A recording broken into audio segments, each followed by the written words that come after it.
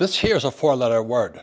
Debt. I'm $1.2 billion in debt. The reason I understand debt here is this. In 1971, President Nixon took the dollar off the gold standard. Up to 1971, money was real. When he took, in 1970, the dollar off the gold standard, the US dollar and all currencies throughout the peso, the yen, the euro are debt. So when these financial idiots are out there telling you live debt-free, that's good advice because you haven't been told how to use debt as money, because debt is money today. The US dollar is debt. Why do I use $1.2 billion in debt? But that's why with a cash flow board game, and that's why it takes practice. You just want to go out and borrow $1.2 billion? Good luck. But anyway, it goes back to this, which is the basics of rich dad, poor dad. Income, expense, asset, liability. Again, this is the basis of financial literacy. Financial literacy is basically, do you speak the language of money? Do you speak the vocabulary of money? Again, this is my poor dad was always up here, rich dad was down here. That's the difference. And so the reason the poor get poor is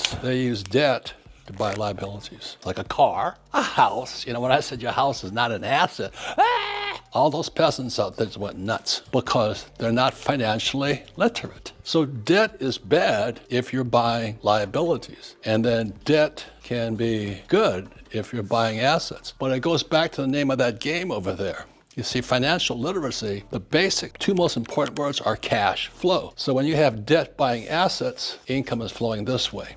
This is cash flow. And I get richer and richer and richer because I'm using debt to buy assets. But don't do this by yourself. You should have a team. You got to be a little practice, a little smart. And this is what the middle class is doing. They're using debt to buy liabilities. The reason I don't like academics is if they actually think, oh, I'll go out and do this, you probably get massacred. You'll get slaughtered. Before I went to Vietnam, I had to learn how to fly. Understand? You have to practice. Prepare yourself for the world that is out there. So don't just go out there and borrow. I won't mention any names, but there's a lot of guys on YouTube who are saying, oh, just go out and buy a $20 million building using debt. Well, that's easy, but can you get the cash flow to work for you is the trick of the entrepreneur. So look, you've got to be more smarter. The reason I created the cash flow game is play the cash flow game, play it, teach it, learn it, start thinking about it, start with small deals. My very first asset I bought for nothing, was nothing down, was an $18,000 condominium on the island of Maui. Oh, you can't find a deal on Maui. Well, that's what the stupid people say. You can find a deal anyway if you look for it. The first deal was an $18,000 condo. I put nothing down,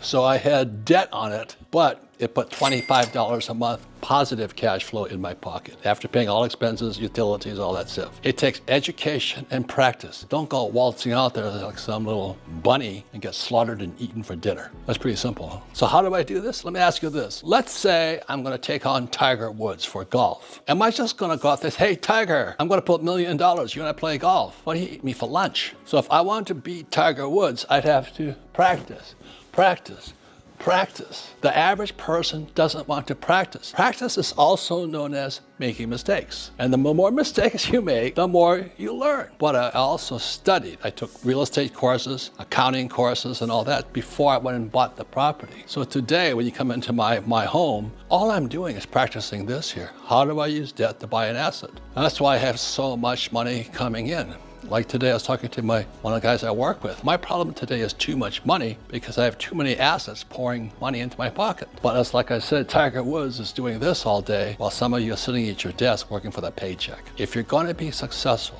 you have to practice. And what practice means, study, make mistakes, learn from mistakes. The average schmo won't do that. So that's why I recommend start with the cash flow game, play it at least 10 times. People come in, I played it once. I said, I played that every day. That's what I'm doing every single day is that game there. Well, I did it once. So you play it 10 times, then you get 10 of your idiot friends together and you play it 10 times with them. You will find your intelligence going up because first you make mistakes, your mistakes.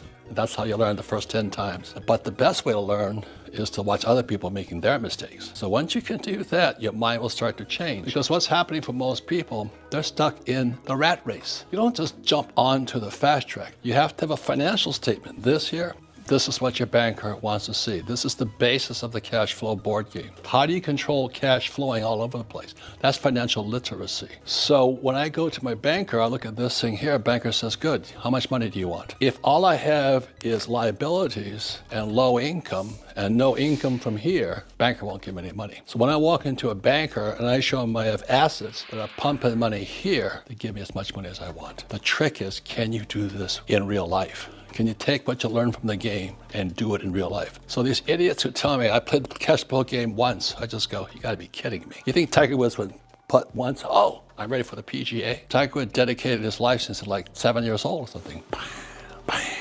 That's what it takes. How long did it take you? I started learning this stuff at the age of 7. And if you read Rich Dad, Poor Dad, I went to my poor dad. I said, how do I get rich? You have to learn how to make money. I said, good. So I got toothpaste tubes. And back in the dark ages when I was a kid, I took all these toothpaste tubes made out of lead. I boiled them, melted it down, got a plaster of Paris, cast it. And I was casting nickels, dimes, and quarters. So I was making money. My poor dad comes up to me and says, what are you doing? I said, I'm making money. He says, that's called counterfeiting. So that's financial literacy.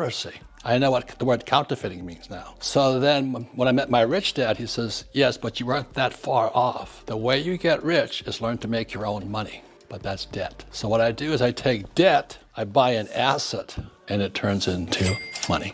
That takes years of practice. I do this every single day. That's like Tiger Woods doesn't go, oh, I think I'll enter the Masters tournament. You gonna practice? Nah, I'm already a winner. I'm gonna go play the Masters. He'll get eaten alive. But that's where most people are at because they went to frickin' school. They said, don't make mistakes. Well, practice is where you make your mistakes. Practice, practice, practice. You practice 10-foot putts, 20-foot putts, 1-foot putt. Make mistakes, learn. Make mistakes, learn. Make mistakes, learn. It's called dedication, discipline. That's what it takes. And most people don't have it because they want a safe, secure job. If you want to get rich, just buy gold, no ETFs, real silver, no ETFs, and Bitcoin, no ETFs. You do that, you'll be rich. Promise you. But it takes time for Bitcoin to go up and gold to go up and silver to go up. But you'll get rich. Let me tell you my first deal. I get out of the Marine Corps, I'm about 27 years old. I have no money. So I go to my poor dad and he says, well, I go to my rich dad, he says, the number one skill of an entrepreneur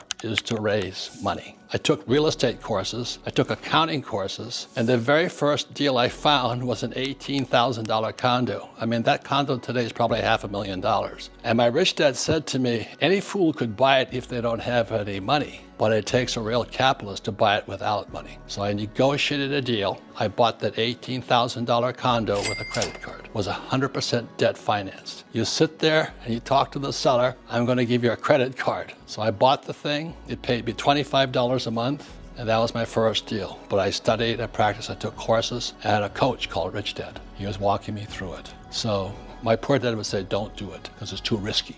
Oh, it's too risky. Get yourself a 401k full of fake mutual funds, stocks, and all that crap.